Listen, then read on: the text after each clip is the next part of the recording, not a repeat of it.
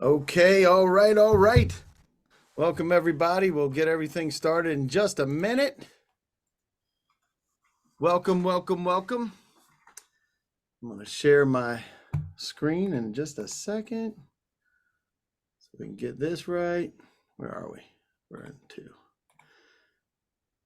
Everybody see that? All right. Fantastic. Okay, well, welcome. We got a bunch of folks coming in today.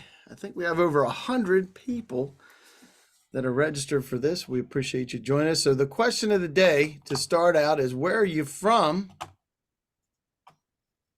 And I am, you pop that right into the chat for everybody to see.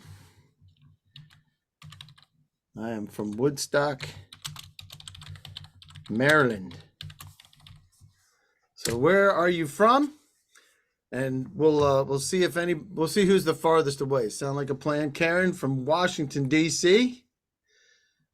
We have Chelsea. I'm not even sure how to say that. From New York. Glen Burnie, that's not too far from me. I'm just outside Woodstock. San Juan, Puerto Rico, where everybody would prefer to be, Mia. And who else we got? We got Ryan, he's from Frederick. Greg's from Pittsburgh. I can't talk about football with Greg, because then we'll just have a big fight. Right, Greg? All right. Angela from Michigan and Ann Arbor, Alexandria, Virginia, Chicago, Helen, Kristen's from DC, Nancy from Fort Worth, Orlando, Columbus, welcome, welcome, Tampa, Florida, Anaheim, California, Amber, she is our interpreter at the moment, Charles from Atlanta, and Brandywine, Maryland. All right.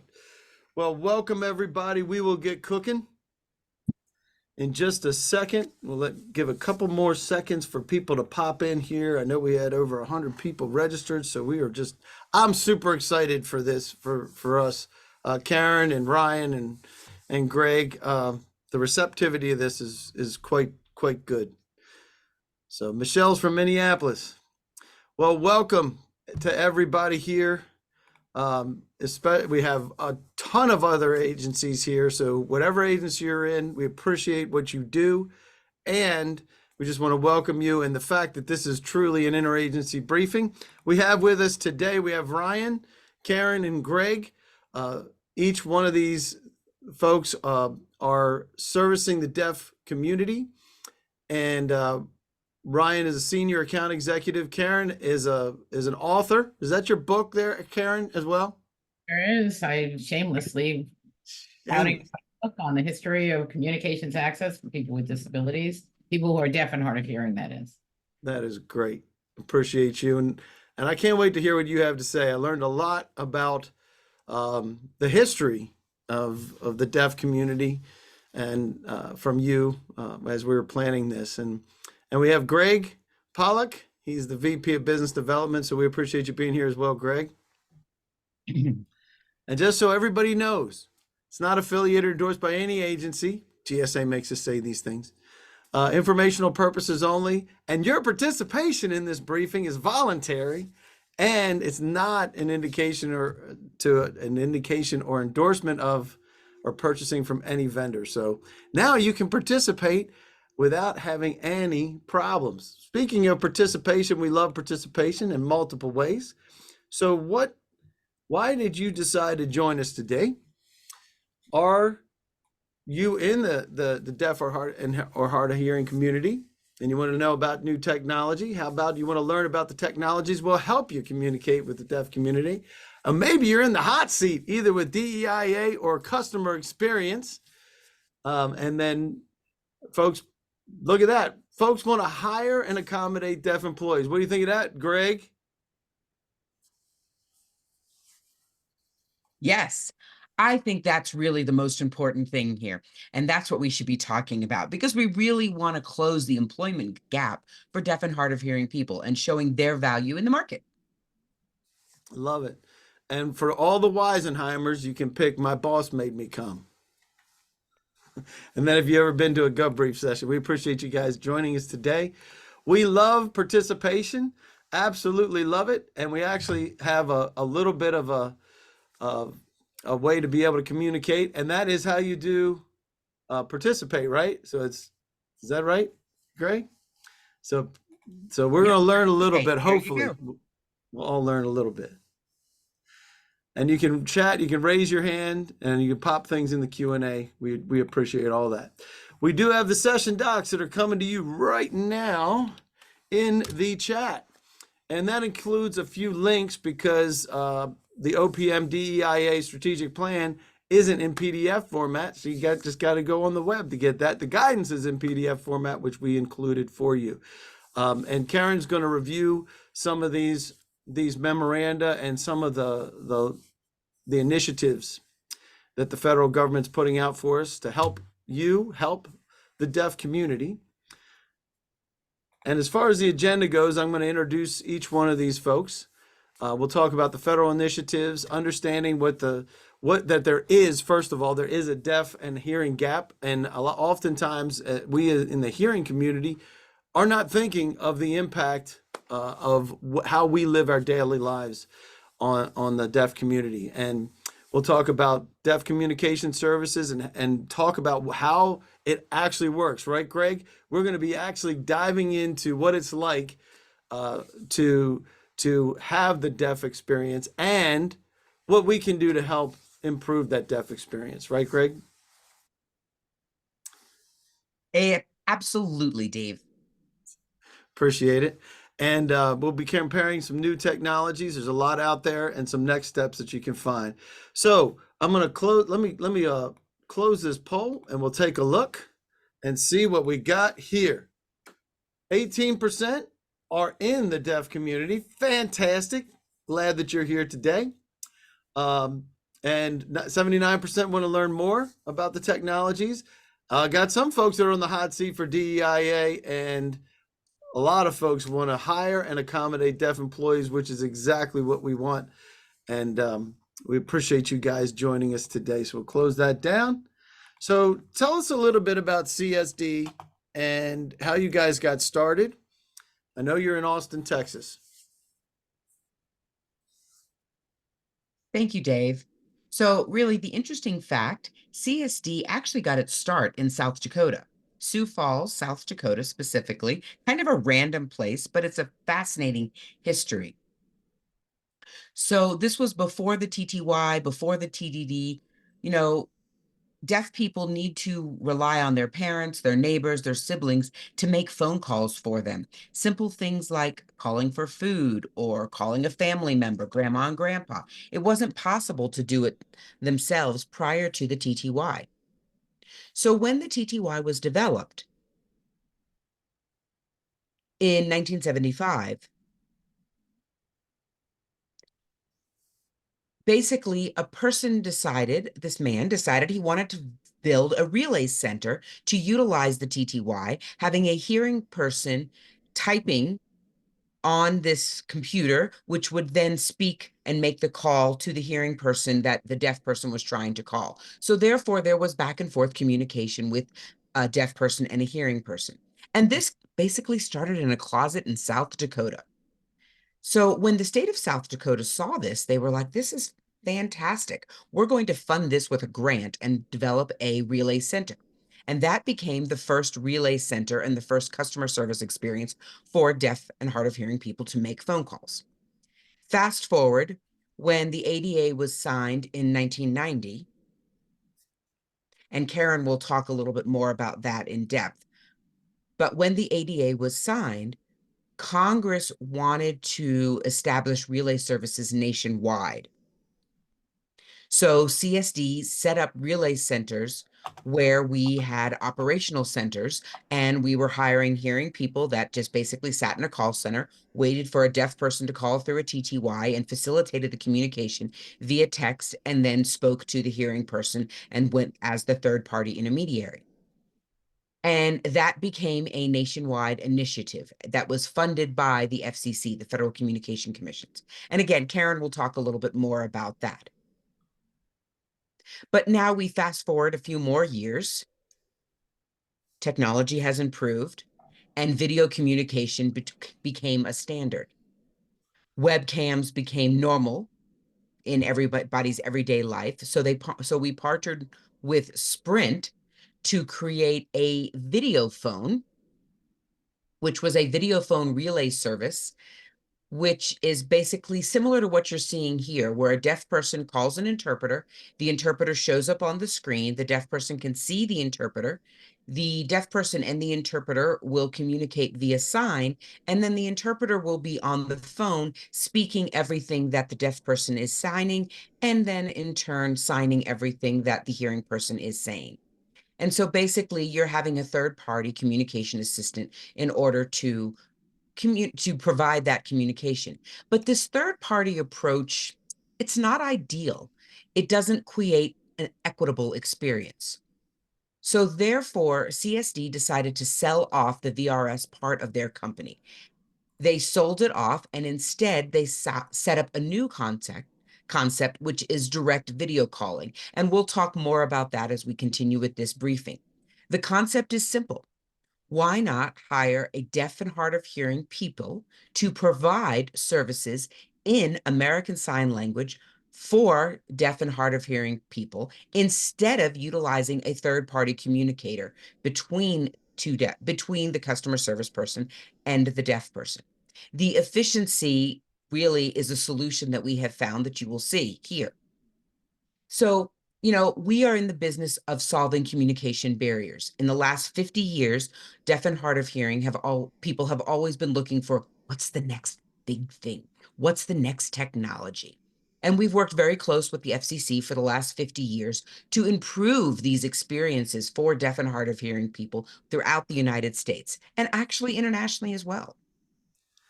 And it is so awesome to have you here and to be able to experience this with you. We've spent a lot of time together, working together to create this. And I'm hoping that we as hearing people can get a better understanding of what life is really like. And to add on to what you have, you're a small business and a GSA contract holder. We'll talk about that later as well.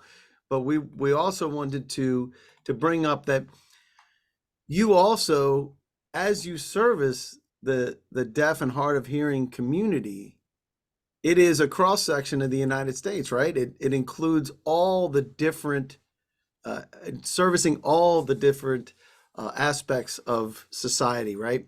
So it's not just white folks, it's not just black folks, it's everybody. It's a cross section, right? So you hire people too internally, right? So you're a representation of DEIA all the time, not just because you have the need for the A part and accessibility, but you actually have folks from across the spectrum that work for you and that you service, right?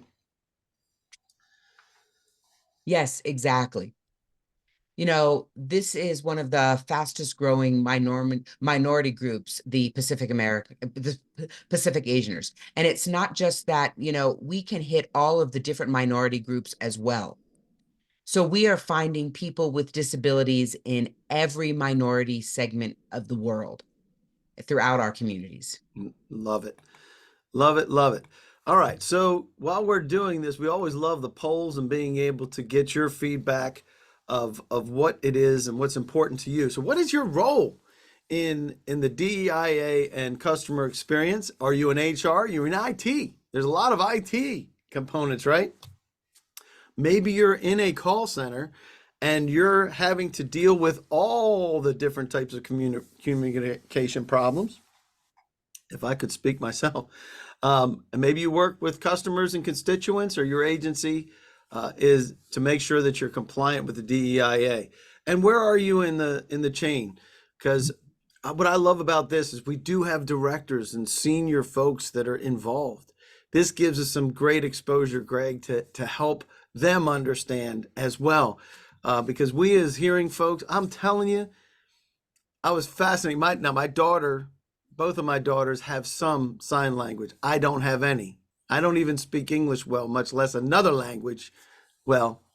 But I really appreciate to be able to understand that. We're going to get into the federal initiatives in just a minute. And what I find interesting is just what happened here, where Amber's popping up while the other interpreter is leaving, right? So this creates part of the issue. We get to be able to see what's happening in the deaf community and some of the challenges. And you'll notice there's some delay when I ask a question of Greg.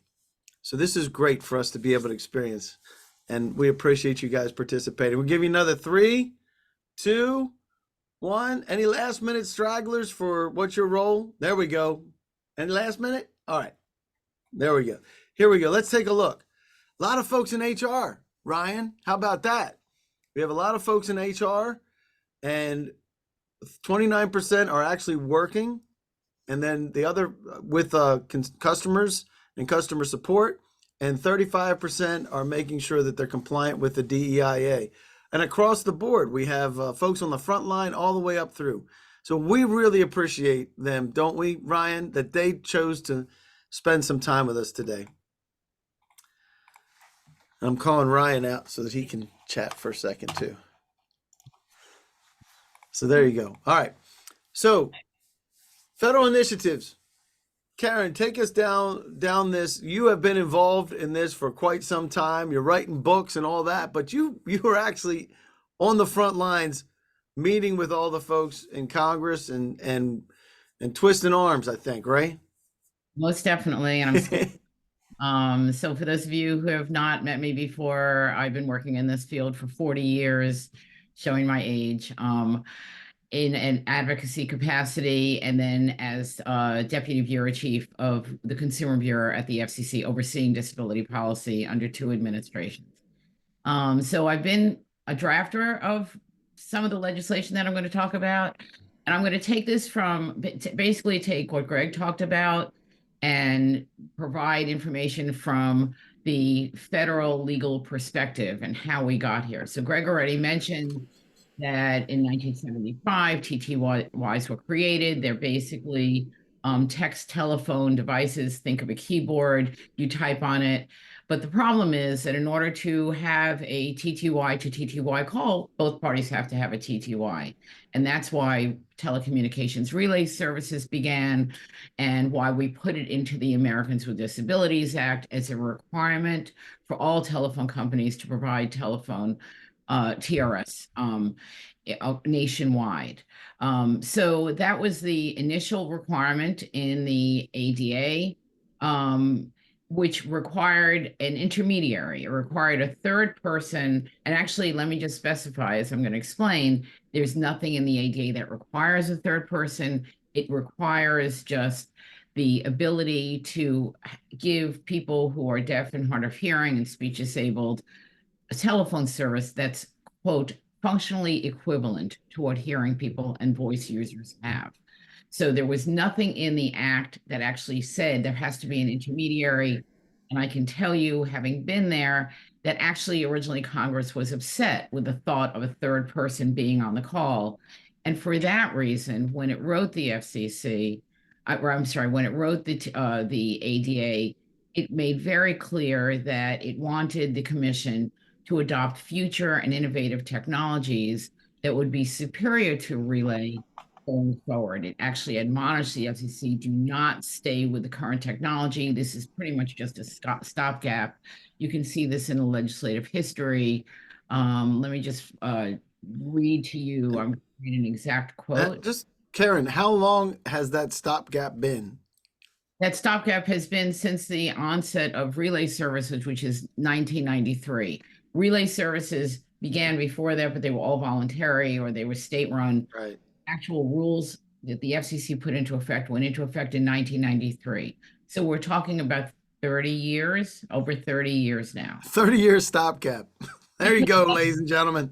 And that was because that was all the technology that existed, right? I mean, it was not that before the pandemic, hardly any of us used video, right? In communication, it's now commonplace. Everyone has a video phone or capability on their computers. So the times have changed. What the Senate report said was that although, and I want to read this verbatim, it said, although relay services represent the current state of the art, this legislation is not intended to discourage innovation regarding telecommunications services to individuals who have, at that term, the terminology they used, hearing and speech impairments, that's old terminology. And he explained that this community should be allowed to benefit from advancing technology.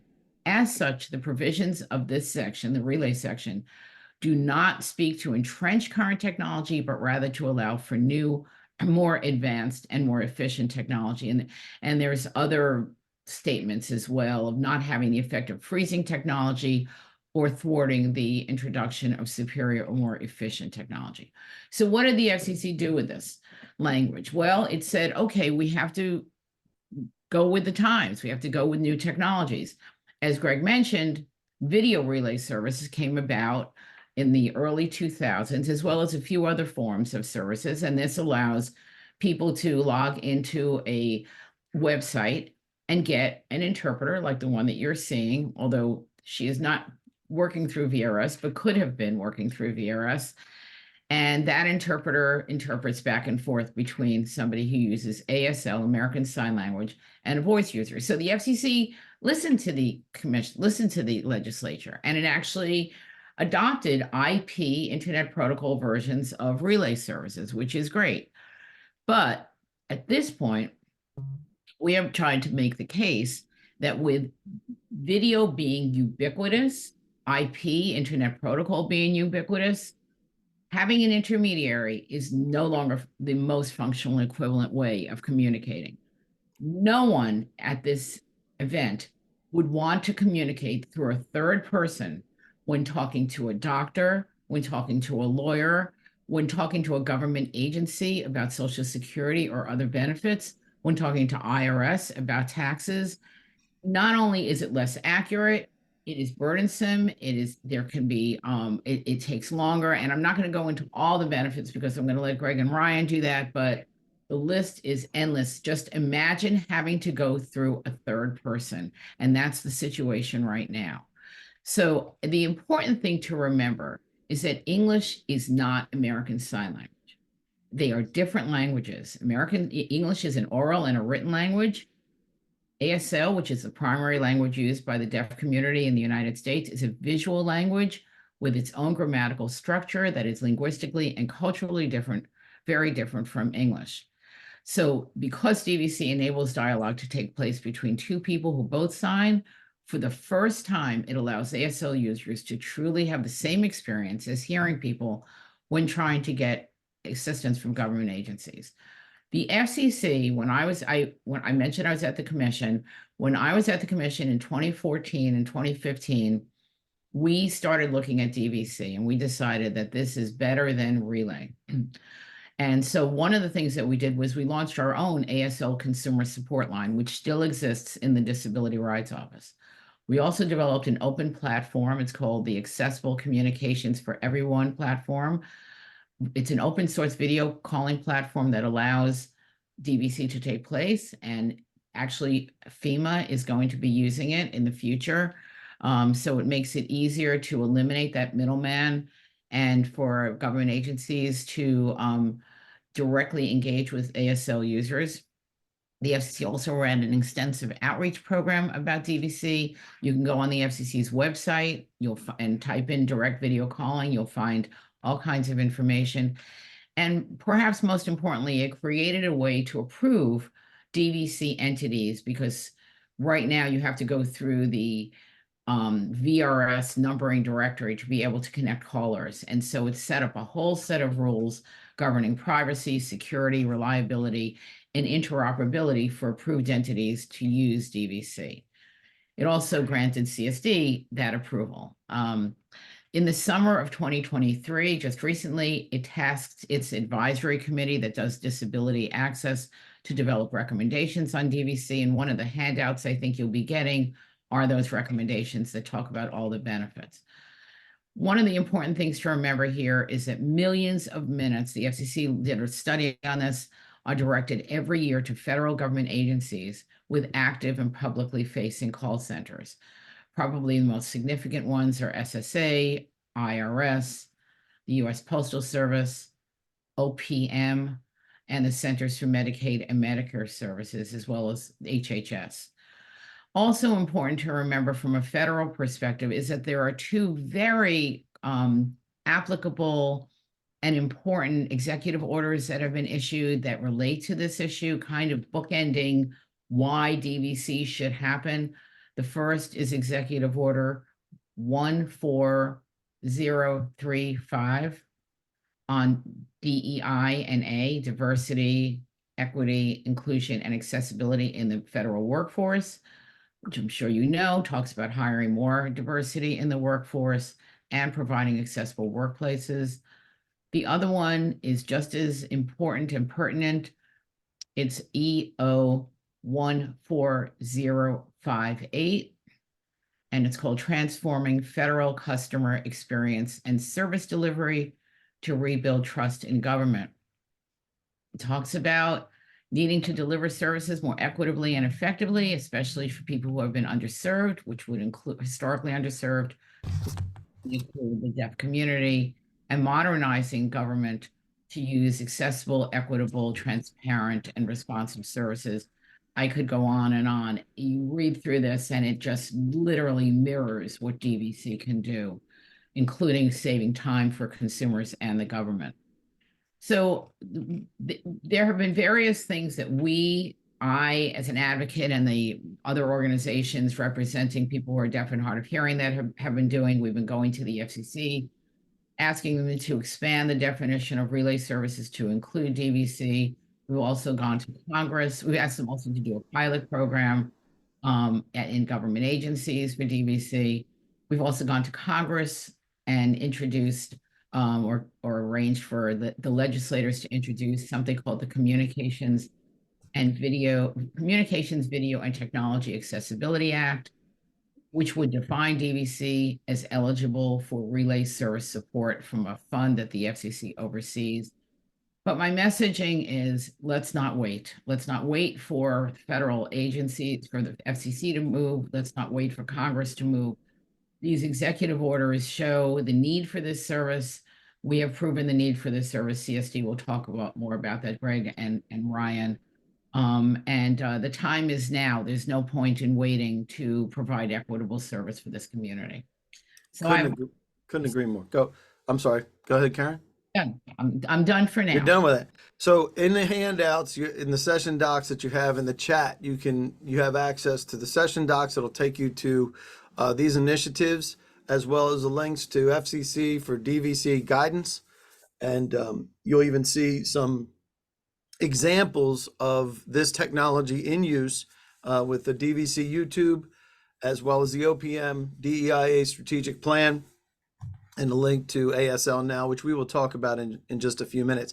What I find interesting is as I've been engaging with folks from CSD as we prepared this, it's been a very unique experience for me personally, and it opened my eyes to be able to see kind of how daily life is. Now, daily life for a deaf person, you live just like everybody else. It's not like you're sitting in a house someplace, right? So tell us about, you're doing that. You're going to national parks, you're flying, you're riding bicycles, you're driving, and you're actually paying taxes too, right? So take us through this, through your daily life. Right. I always say that being a deaf person is a full-time job. Deaf people are unique in that we have an invisible disability. Let me share a personal story here. I went to an accessibility conference in California last year, and I got my hotel key. So I go to the elevator to go up to my room, and I'm standing behind, I'm a blind guy standing behind me, right? So he's trying to get to the elevator to push the button and wait. He hears the elevator door open, right? And he thinks he goes to the right elevator. The elevator door shuts and almost hits him, the blind guy. So then he backs up and is waiting. I kind of help the blind guy in the elevator. I'm feeling bad about it. And we both get into the elevator. I go to my room. That same night, there was a reception, the opening reception. The room was packed full of people. I see this same blind guy sitting in the middle of the room, chatting it up with all sorts of people. And I stand there in the corner of the room looking for the interpreter. I'm waiting to find the interpreter so I can start having conversations with people. It's just interesting how we had such vastly different challenges. His disability is a physical disability. My disability is a communication disability. And a lot of people don't realize that, and they box deaf people into the same accessibility category and think a one size fits all. But we have a communication disabilities. It's very different. So if I'm flying for business or personal, or, I drive to the airport. I drive myself to the airport. I go through TSA. I go to the gate, sit down, wait for my flight, all on my own, perfectly fine. The place where my disability shows up is when a gate agent makes an announcement, or if somebody's trying to talk to me. Maybe they announce that there's a 2-hour delay and everybody around me finds out. And I don't know unless somebody tells me. I'm relying on the person next to me to explain what's happening and what it is that I need to do next. This is my daily life. Wow. Oh my gosh. I don't know about the rest of everybody else that lives in the hearing community. That was fantastic for me to hear. Wow. Just wow. Can I just say something in there? I mean, what Ryan just talked about was having to depend on someone. And the beauty of DVC and the beauty of now our technology that's now available is that it eliminates that. It allows the deaf person to communicate directly with another deaf person in a call center who has been trained to work in that call center. Exactly. Be completely independent, self-sufficient, self-empowered, and know that what they are saying is what the person is receiving. And as a hearing person who signs myself, I can tell you that many, many times I watch interpreters get it wrong. Not the two on this call, they're wonderful, but it's very frustrating to me because I sign to know when a deaf person is not getting the communication that they should be getting. So true. And that's what creates this gap. And I love what you said, Ryan, that there's certain disabilities, physical disabilities. Yours is a communication disability. You live life. You live life, and then you run into obstacles because of not the inability to communicate, not from any fault of your own, but the rest of society, right? So when we have examples here of TSA, we have police officers getting pulled over. You guys get pulled over for speeding too, don't you? Don't you? We do. I know you do. Yeah, sometimes. Yeah. And you have to go to court, and you have to visit the doctor, and you did get some communication via about COVID. I don't know what that was about. I don't know if anybody else heard about that here, but I just want us to think about this for a second. How would you feel? And Karen was talking about it.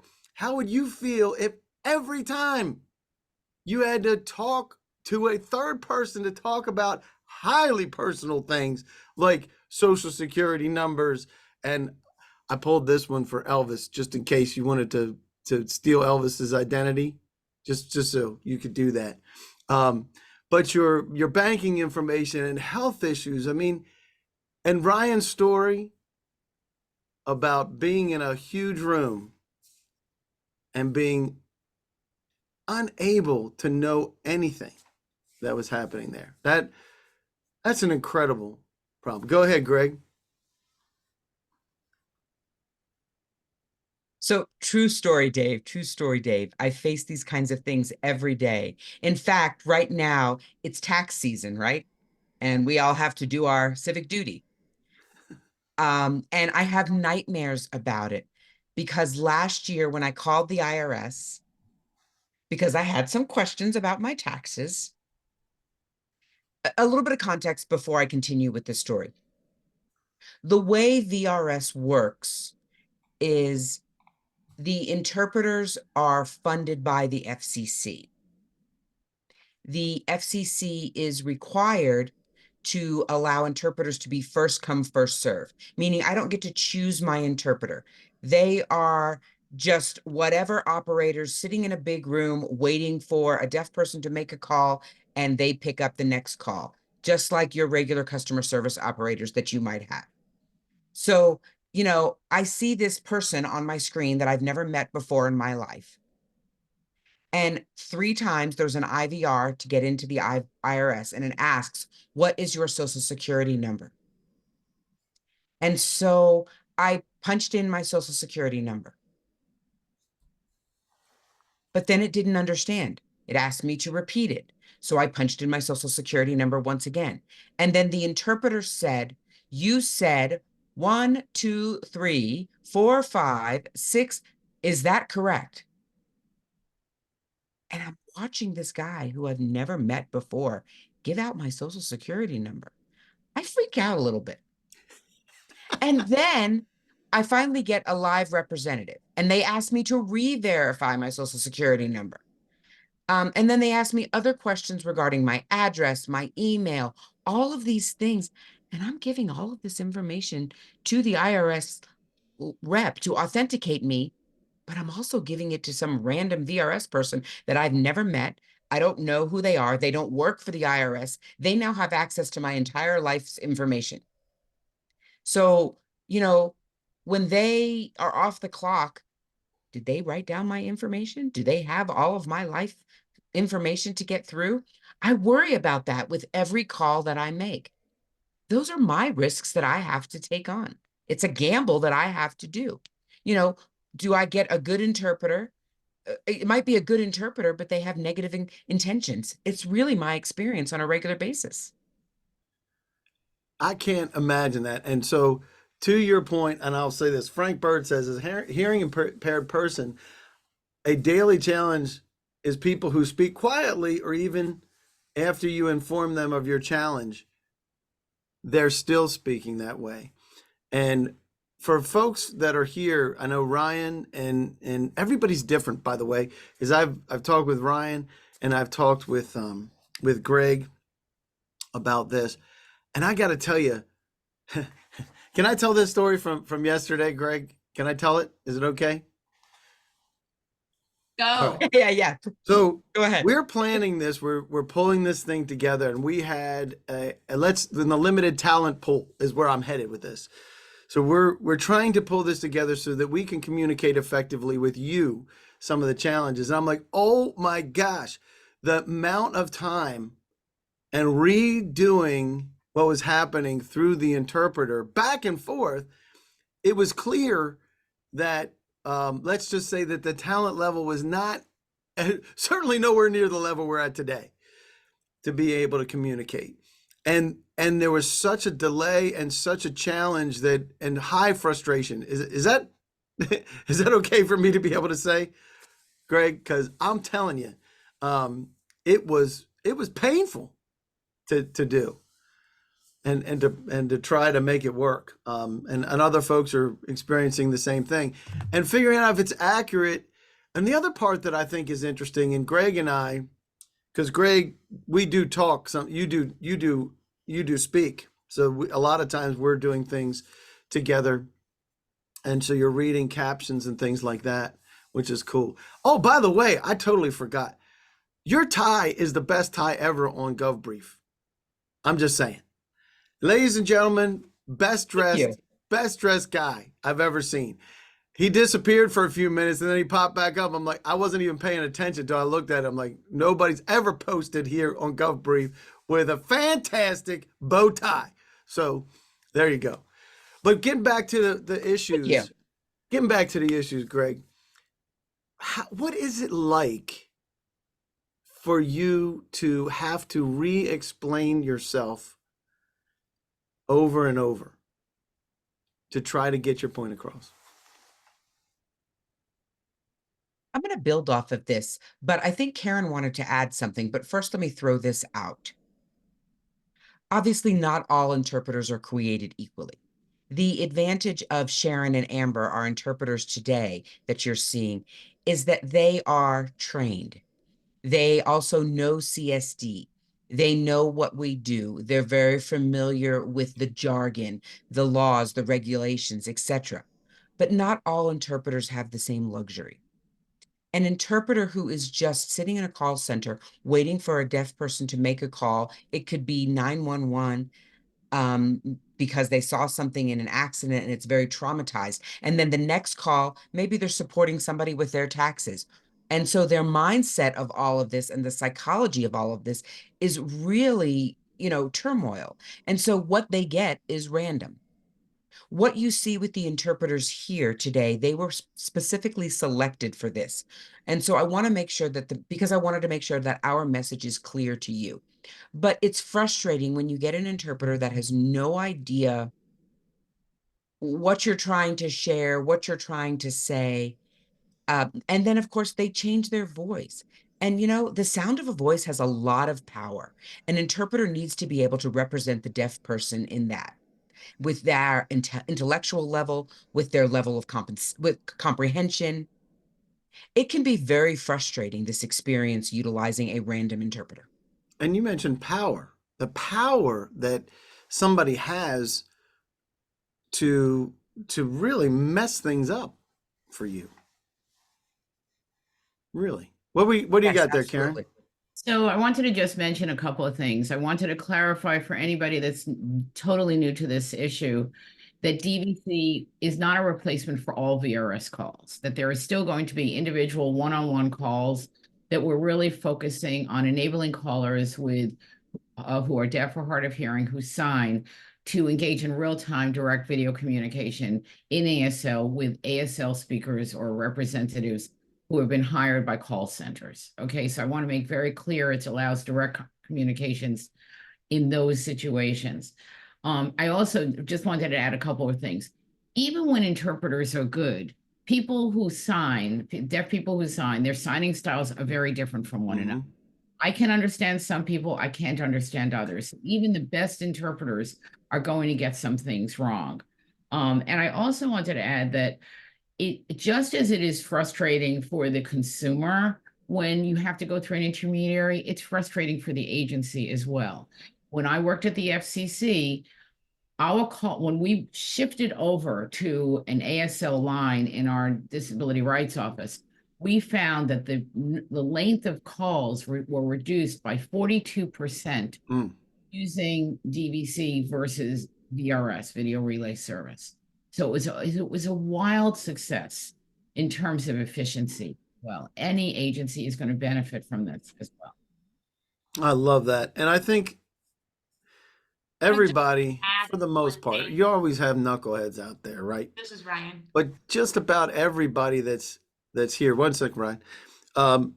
As human beings, we want to help. We want to help, and we want to communicate effectively. Go ahead, Ryan. I'm sorry. Sure. So it's easy for us to focus on the interpreter when we're talking about communication challenges, but I really want to point out that English is oftentimes deaf people's second or third language.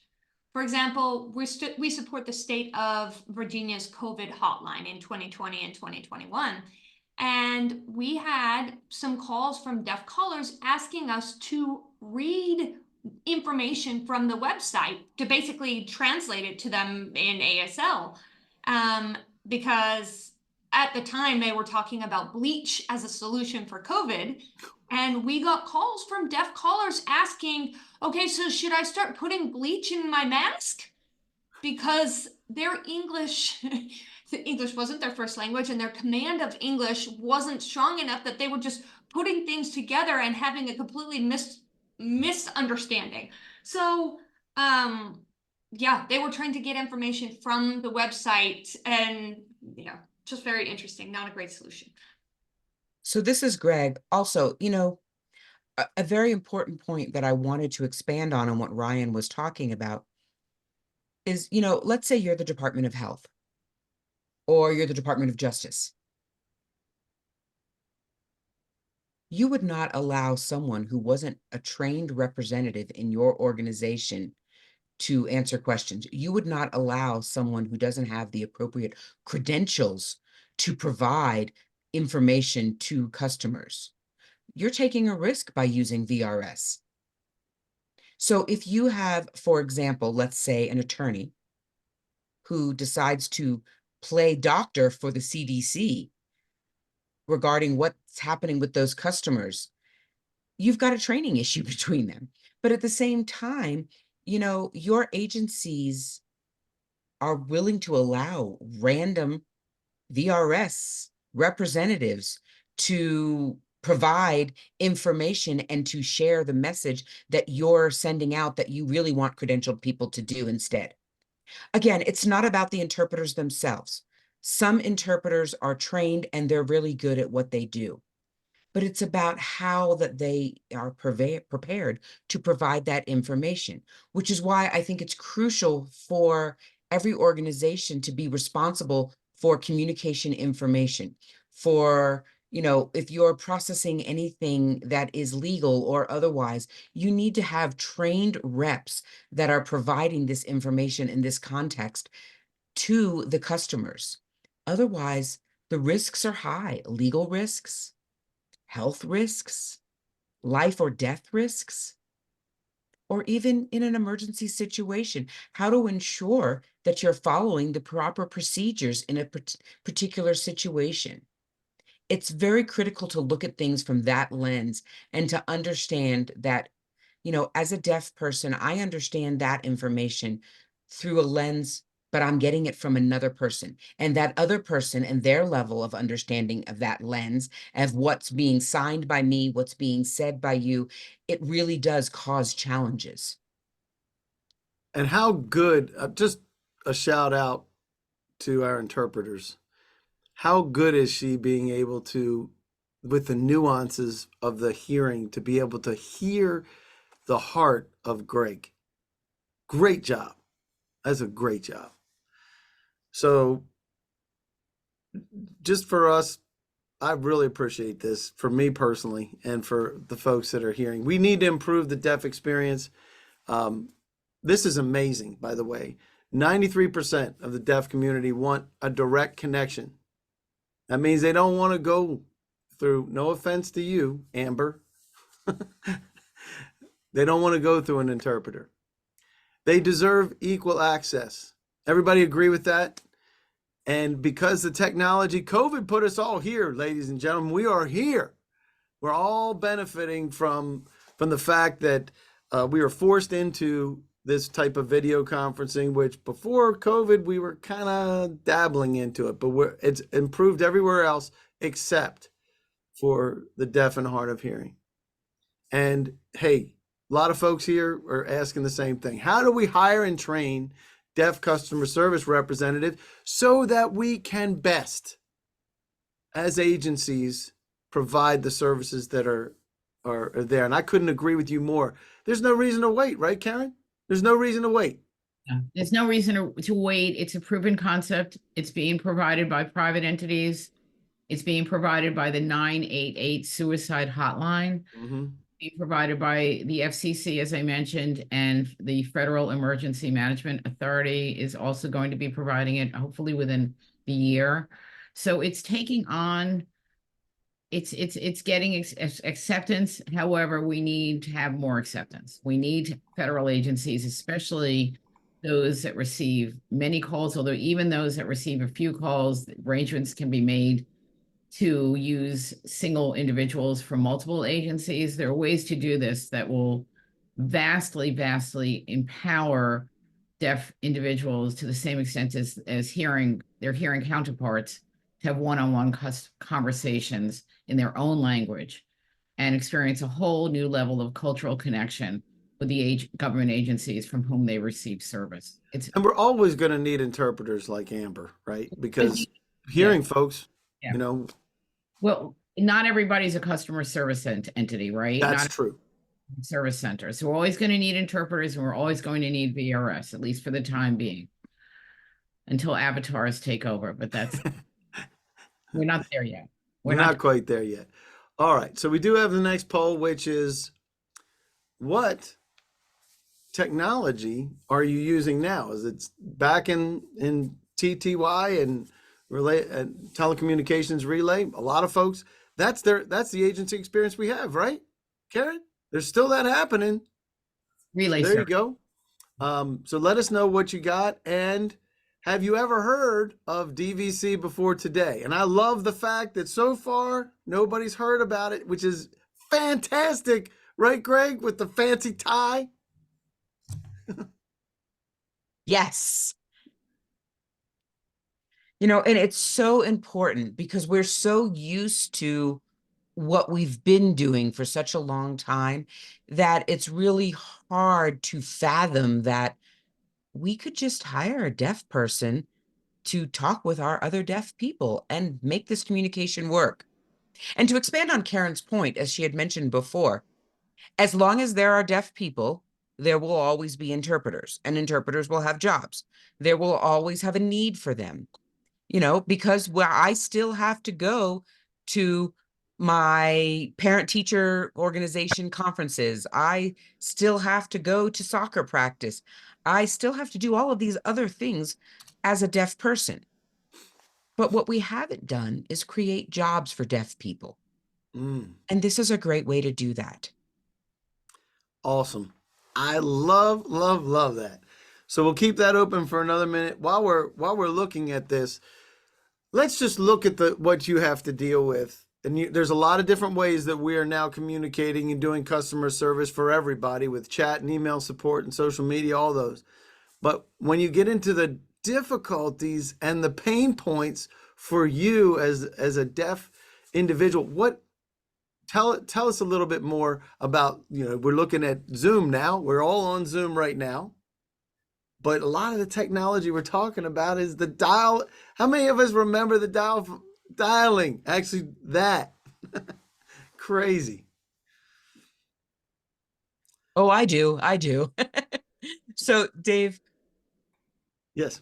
I think that we've seen a transition in technology in so many different ways. Customers, companies, government agencies are looking at ways to better manage the volume of the calls that they're receiving and the volume of traffic.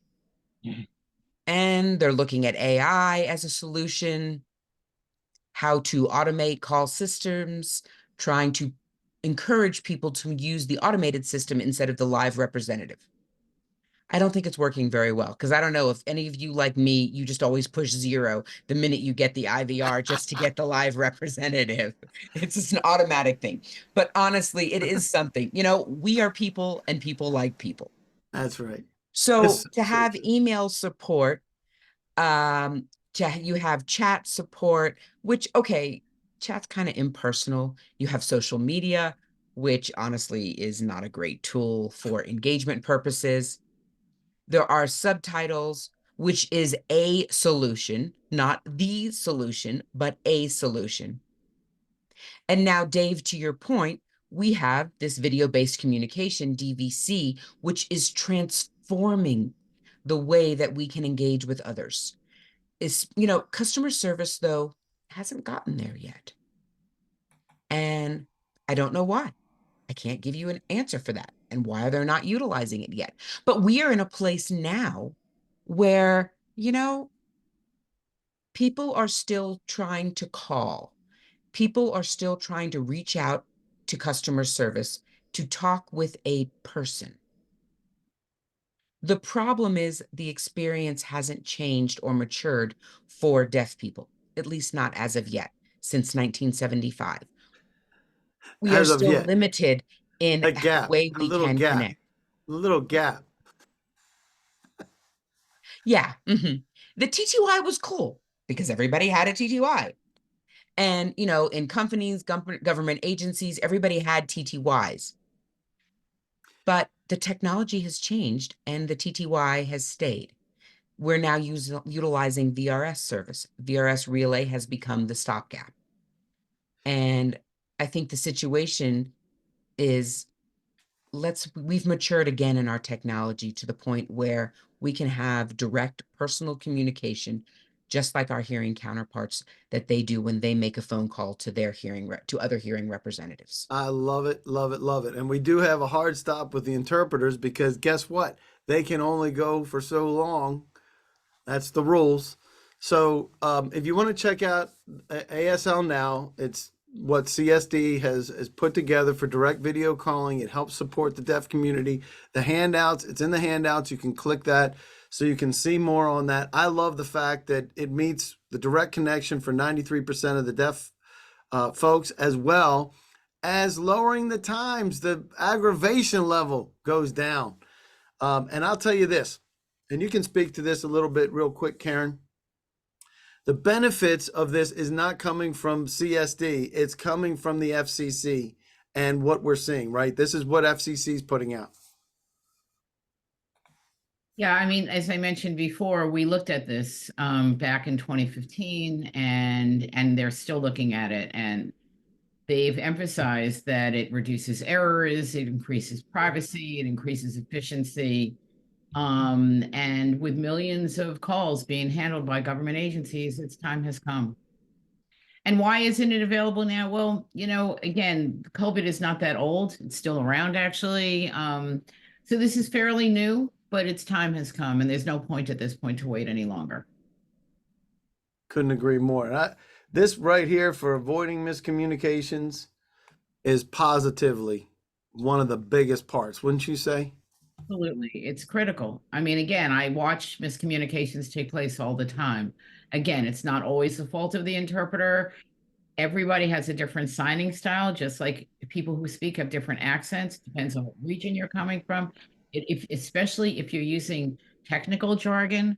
So you try to contact your cable company or your computer, your internet company, and try to fix a technical glitch directly. And you know what what you go through. You know that you're on the phone for about an hour. Try doing it through a third person. I could not even begin to imagine.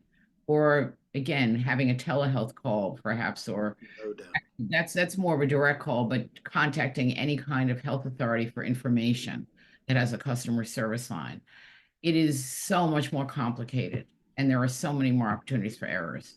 So what I love about this is I think everybody here would agree that we're now seeing it. We see that there is a hearing gap, and we can all work together to bridge the gap. We have video calling, direct video calling technology that's available today, and providing opportunities for customer service for deaf people, and being able to present your agency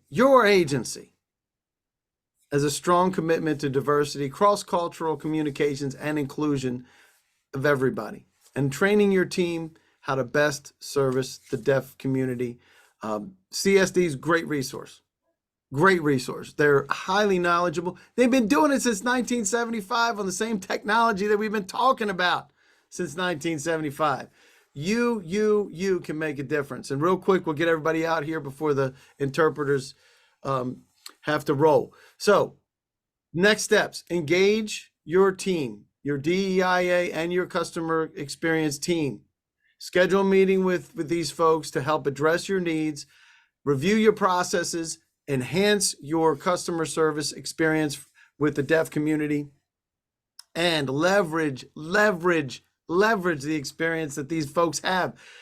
Oh my gosh, Karen has been in it. We didn't even get to talk about Deaf President, which is a really cool thing that I didn't even remember.